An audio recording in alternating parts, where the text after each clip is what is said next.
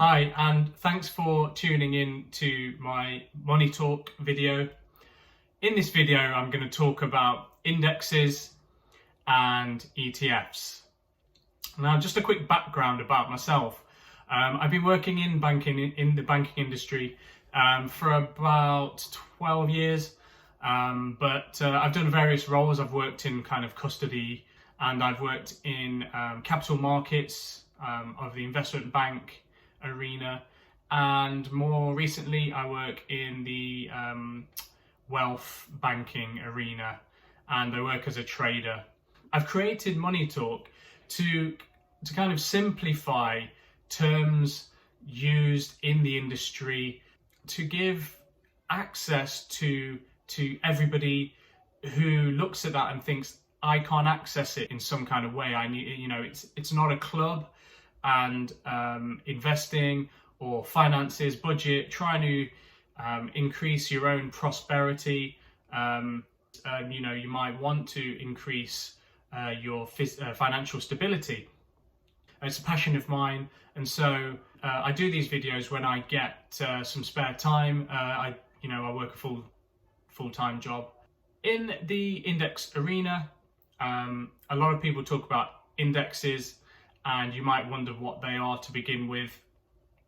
Well, when they were first started, they were used to track things like the size of companies and a group of the size of companies. So FTSE 100, the Financial Times Stock Exchange 100, was based on the top 100 largest or market capitalized companies listed in the UK.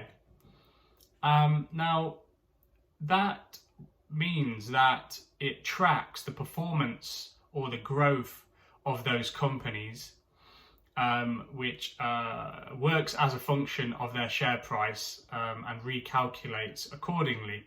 So an example would be, if you think about it as a shopping basket, and if you get 100 items in a shopping basket, and let's say they're all £1, you then calculate the next day how much that basket is worth. So on day one, it's 100 times 1.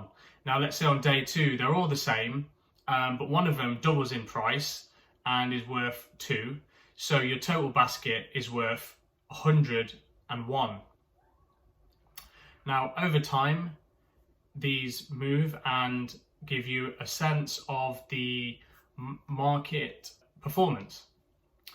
So when people talk about, FTSE ETFs, what these are where an issuer or the manager, they try and reflect the performance of those 100 shares, and they try to track that performance of the FTSE 100, and they issue one unit which constantly tracks the performance daily.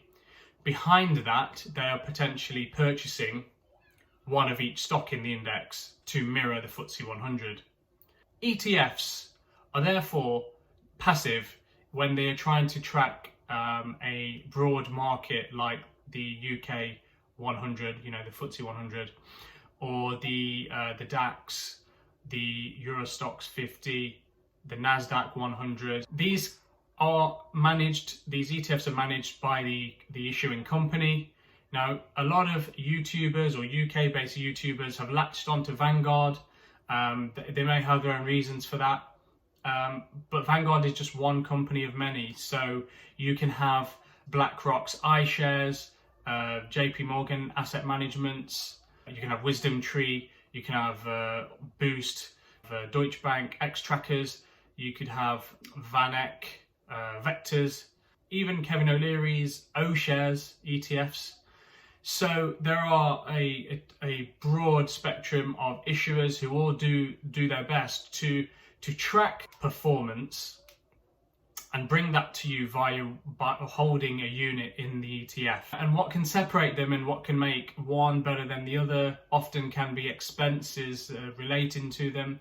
So how closely you track that FTSE 100 can differ, because let's say one issuer might be charging more and taking more out in terms of a management or expense fee, and therefore your performance is differing a lot compared to the FTSE. Like I say, ETFs can be used to track the FTSE 100, the FTSE 250. You know, these are the largest capitalized or the biggest stocks in the UK.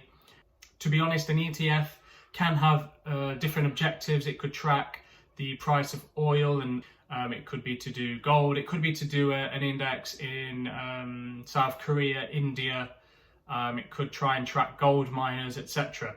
So these ETFs can help you diversify your risk, so as not to buy, say, $10,000 investment into one gold miner, for example. You might choose to put $10,000 to buy $10,000 of a gold miners ETF, which will have a number of holdings of underlying gold miner companies and give you the performance that way. And then you're not actually exposed to one single company. That's a very quick snapshot of what a index is and what ETFs are. Don't forget to hit like and subscribe so that my video picks up some traction, gets to more people who want to know about investing, anything money related or economy related that I can explain and make useful. So thanks.